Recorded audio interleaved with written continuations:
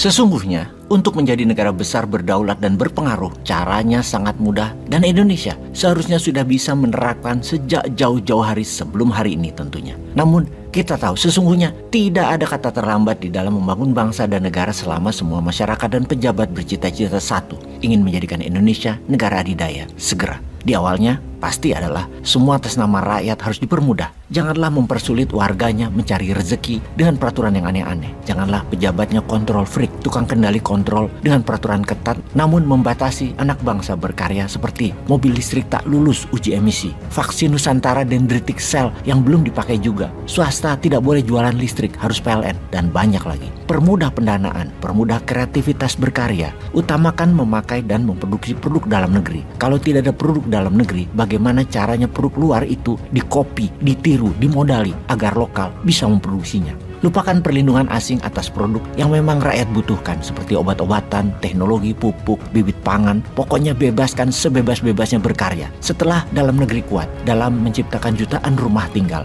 sarana kesehatan dan pendidikan, infrastruktur jalanan transportasi massal di kota besar, dan jalur kereta api tersambung di berbagai daerah dengan bahan baku 100% lokal. Setelah nelayan punya kapal dan petani punya lahan dan pupuk yang membuat Indonesia surplus pangan, surplus ikan, surplus daging dan susu, maka setelah 5 tahun berkutat di dalam negeri, maka kita akan berekspansi ke luar negeri untuk mengeruk kekayaan negara lain dan membuat mereka bergantung pada Indonesia. Bagaimana caranya? Sebagaimana pelajaran yang selama ini kita sudah ketahui dan sudah kita alami, maka kita akan memperlakukan hal yang sama. Kita mencari negara yang memiliki bahan baku alam yang bagus. Dan kedua, lokasi negara tersebut strategis secara geografi. Misalnya dalam hal ini, pertama-tama adalah negara-negara ASEAN, kemudian negara-negara Afrika yang kita butuhkan untuk suara kita di organisasi negara-negara multilateral seperti PBB, IMF, dan sejenisnya yang kita akan kendalikan dengan suara-suara pendukung dari negara Asia Tenggara, Afrika, dan Amerika Latin. Akan kita satukan suara mereka ke Indonesia dengan dukungan ekonomi dan payung diplomasi sebagai counterprestasi untuk mereka. Mereka, negara-negara Asia Tenggara, Afrika, dan Amerika Latin itu tahu sekali bahwa Indonesia listriknya sudah berbasis nuklir 50% dan sisanya berbasis non-fossil oil. Nuklirnya berbasis thorium. Kendaraan mobil listrik dan motor listrik bahkan bukan berbasis nikel dan litium baterainya. Sudah lebih murah lagi berbasis garam dan magnesium. Kendaraan mereka di negara-negara tersebut sudah beralih ke independent power electric vehicle. Tidak ngecharge lagi karena ada independent genset di mesin motor dan mobil itu yang ngecharge baterainya. Semua kendaraan di tahun 2030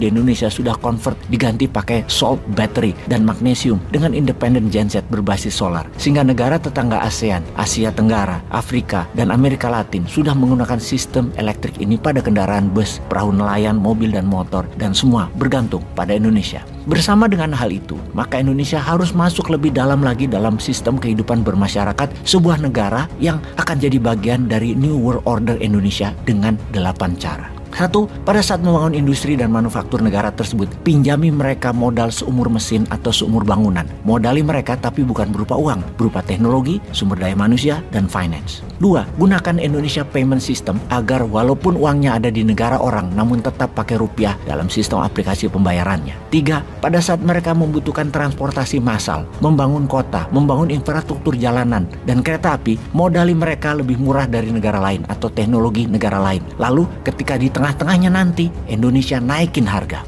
4. Kendalikan media negara tersebut dengan hanya mengatakan hal-hal yang bagus tentang proyek Indonesia di negara tersebut. 5. Ikut politik dalam negeri negara tersebut dan selalu bermitra dengan siapapun yang menjabat di negara tersebut. Create leader dari tokoh yang lovable dan dicintai oleh negara tersebut. Namun pastikan dia punya kwitansi atau ambisi yang Indonesia akan wujudkan impian tersebut. Pasti pemimpin tersebut jadi loyal dengan Indonesia karena impiannya terwujud. Misalnya membuat kota tempatnya berasal jadi kota metropolitan, keluarganya dan turunannya menjadi makmur semua, menjadi kaya atau menjabat. 6.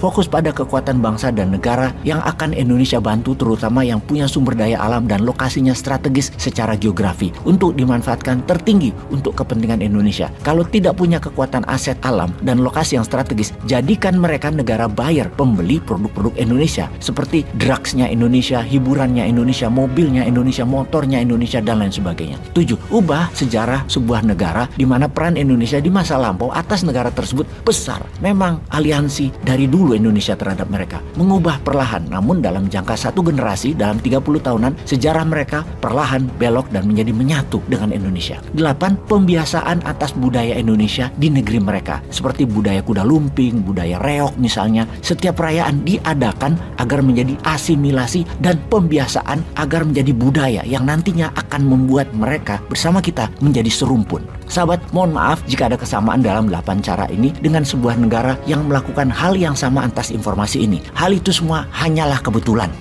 Peace.